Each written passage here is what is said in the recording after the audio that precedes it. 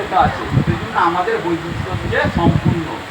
কলিযুগের মানুষরা কেন আমরা ধর্ম করতে পারছি না জানেন? আমরা কেউ বৈদিক শাস্ত্র অনুসারে ধর্ম করছি না। কেন করছি না? কি আমরা করছি না?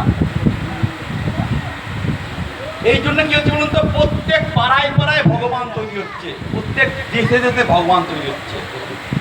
এই ভগবানকে যদি আপনি গিয়ে বলেন বা তার অনুগামীকে গিয়ে যদি বলেন ভগবানের মানে কি, সংজ্ঞা কি, ওরা বলতে পারবে না। আমার মনে হয় এই কারণে বলতে পারবে না, যদি ভগবানের সংজ্ঞা জানতো তাহলে সে ভগবান হয়ে পুজো গ্রহণ করতো না। তাহলে ভগবানকে জানবো কি করে আমরা? ভগবানকে জানার জন্য 4টি প্রমাণ আছে। আপনি বলবেন না, আপনারা যে বলছেন ভগবানকে যে প্রমাণ, 4টি প্রমাণ হয়।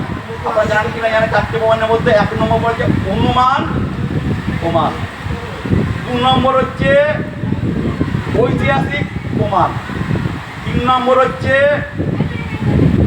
প্রত্যক্ষ প্রমাণ, আর 4 নম্বর হচ্ছে শ্রুতি প্রমাণ। 1 নম্বর প্রমাণ কাকে বলে?